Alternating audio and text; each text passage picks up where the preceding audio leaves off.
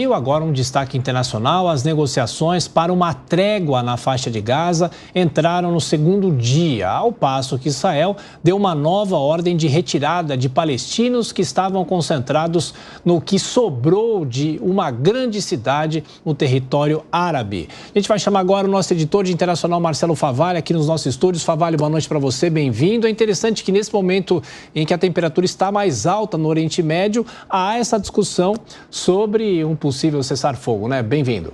Boa noite, Tiago. Boa noite a todo mundo que nos acompanha. Vamos olhar primeiro o micro, depois o macro. A gente chega nessa parte de uma suposta trégua aí sinalizada entre Israel e a faixa de Gaza e o Hamas, os palestinos, mas eu queria olhar especificamente para a faixa de Gaza, porque os novos números, eles são bastante dolorosos. E está aqui: tragédia humanitária na faixa de Gaza, mas eu queria ir um pouco além, porque sempre quando há uma enorme destruição em uma área densamente povoada, é fácil a gente imaginar que existem tragédias dentro da tragédia. Mas vamos lá, a gente já começa a ver um horizonte do 11º mês de guerra entre Israel e o Hamas, e cujas principais vítimas são os civis na faixa de Gaza. 40 mil mortos. Mas essa não é uma notícia novíssima. O que se traz de novas informações é que na data dessa sexta-feira, contando, claro, o fuso horário já é dia 17 naquela região, houve uma ordem de retirada do exército de Israel de Khan Yunis, que era a segunda maior cidade da faixa de Gaza, só perdia para o tamanho de Gaza, mas que também, assim como Gaza, Khan Yunis foi praticamente resumida a escombros. 170 mil pessoas estão sendo deslocadas para o que as Nações Unidas e outras agências internacionais de assistência humanitária construíram em 122 refúgios. Numa conta muito rasa, 170 mil pessoas para 122 refúgios significa que é 1.400, um pouco menos, mas vamos arredondar essa conta, 1.400 pessoas para esses blocos de acampamento. Obviamente, não existe capacidade física hoje para mais deslocados. As Nações Unidas voltaram a fazer um apelo dizendo que falta tudo, de água potável a remédios complexos para uma população que está cada vez mais exprimida numa guerra, repito, que já começa a chegar perto do 11º mês de conflito. E hoje também veio a notícia do primeiro caso confirmado de poliomielite na faixa de Gaza em 25 anos. Tirando os termos médicos, a poliomielite é a paralisia infantil.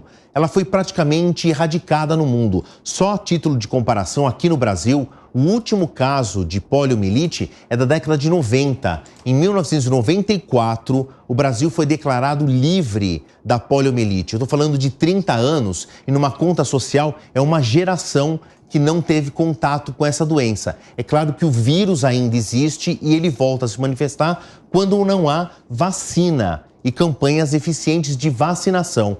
Essa aqui é o retrato da faixa de Gaza. Todo mundo já entendeu que quanto mais vermelha fica essa mancha de calor, significa que maior são as zonas de destruição.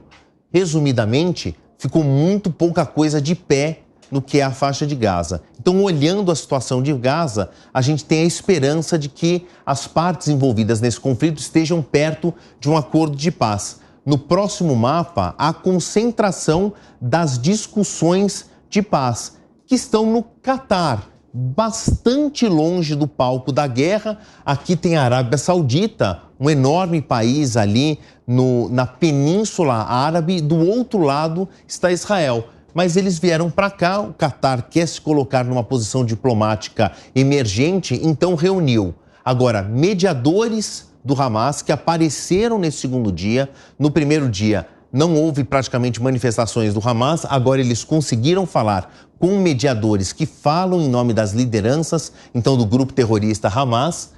A CIA está representando os Estados Unidos, o Mossad e a agência interna de inteligência. Então o Mossad é o paralelo para Israel da CIA, inteligência externa, o núcleo de inteligência interna e segurança, o Shin Bet, também está participando, e agora apareceu o Egito, que também estava fora desse comecinho das negociações. A gente tem mais interlocutores.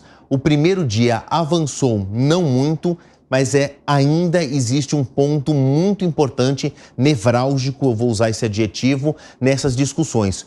Os reféns. Não se tem uma ideia muito clara de onde estão, quantos são e como o Hamas está negociando com Israel a libertação dos reféns. As manifestações em Tel Aviv e Jerusalém, estou falando das duas maiores cidades de Israel, elas são praticamente diárias da população exigindo a volta dos reféns. Há uma ideia de que são cerca de 70 vivos, entre crianças e idosos, a maioria adultos, claro, mas que a população exige a volta deles.